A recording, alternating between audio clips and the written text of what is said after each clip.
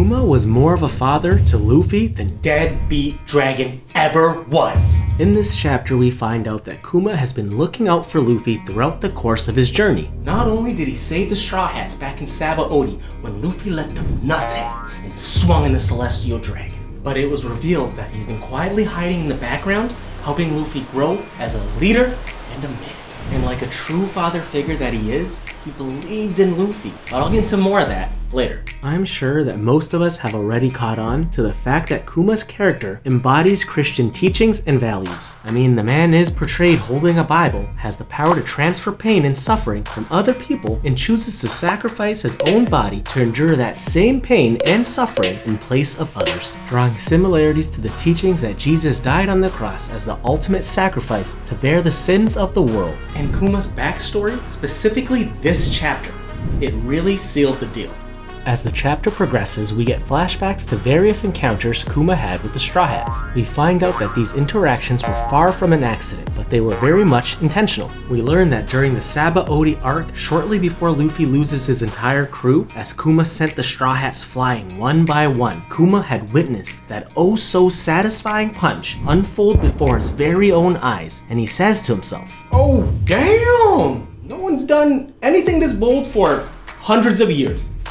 Big ol' nuts." Alright, to truly understand the beauty and significance of Kuma's character, I want to take you back to when you first saw this iconic scene. From Luffy's perspective, it would appear that in the blink of an eye, we had lost everyone that we love. We had no idea what to think of this struggle, let alone question the purpose of this pain. We eventually realized that much like the God of the Bible did with the people of Israel, Kuma scattered the Straw Hats throughout the four corners of the earth. But why? Back then, we didn't know much about Kuma, and even less about his intentions. And even though the Straw Hats didn't know why, they kept their faith in each other. They endured, and they grew stronger.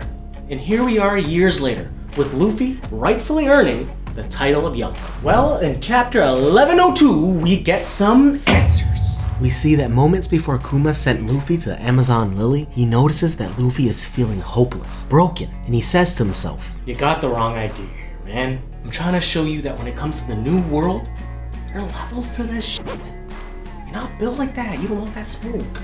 Not yet. Let them nuts grow. Let them go so big they can hang with some of the biggest boys in this world. You know, the true rulers of this world. So for now, fall back."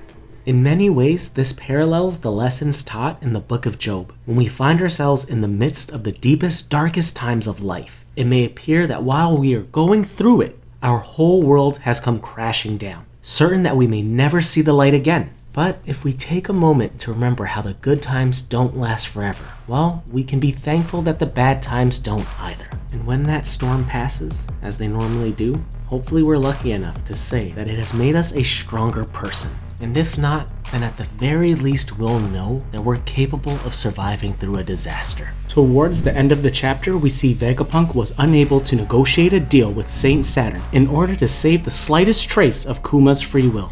Kuma overhears their conversation, but is happy to hear that Vegapunk's heart was in the right place. Vegapunk then informs him that his first assignment is to partake in the Marineford War against the Whitebeard pirates. But he requests that Vegapunk also program him to protect the Thousand Sunny until at least one Straw Hat returns. Struck with curiosity, Vegapunk questions him about his motives, and it is in this moment that Kuma reveals, although Nika may just be a legend, if there is anyone out there whose heart, their spirit, beats to the drums of liberation and brings about smiles to everyone, then I believe that that person is none other than Monkey D's big old nuts, Luffy. Often, Oda draws a significant amount of inspiration across a broad spectrum of topics, such as history, politics, religion, and is able to extract some of the most complex, intriguing, and beautiful elements from them.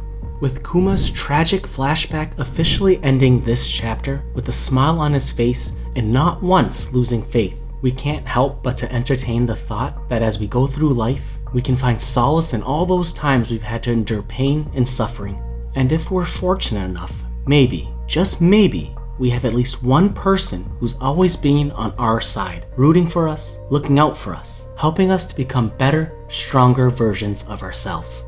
Doesn't it kind of remind us of how parents love their kids? And if it does, then I'm sure Luffy and Bonnie remind us of what we were like when we were young, completely unaware of all the sacrifices our parents made for our sake. That is, of course, until we get a little older, maybe have kids of our own, and just like Bonnie in the very last panel of this chapter, we are eventually hit with a giant memory Ursa's shock, leaving us to ponder how someone could possibly love us that much, be that close, and go unnoticed for so long. And the true beauty of it all is that regardless of the fact that you didn't believe a love like this could exist, this love has believed in you every step of the way. Now go call someone you love, but after you've already subscribed to this channel.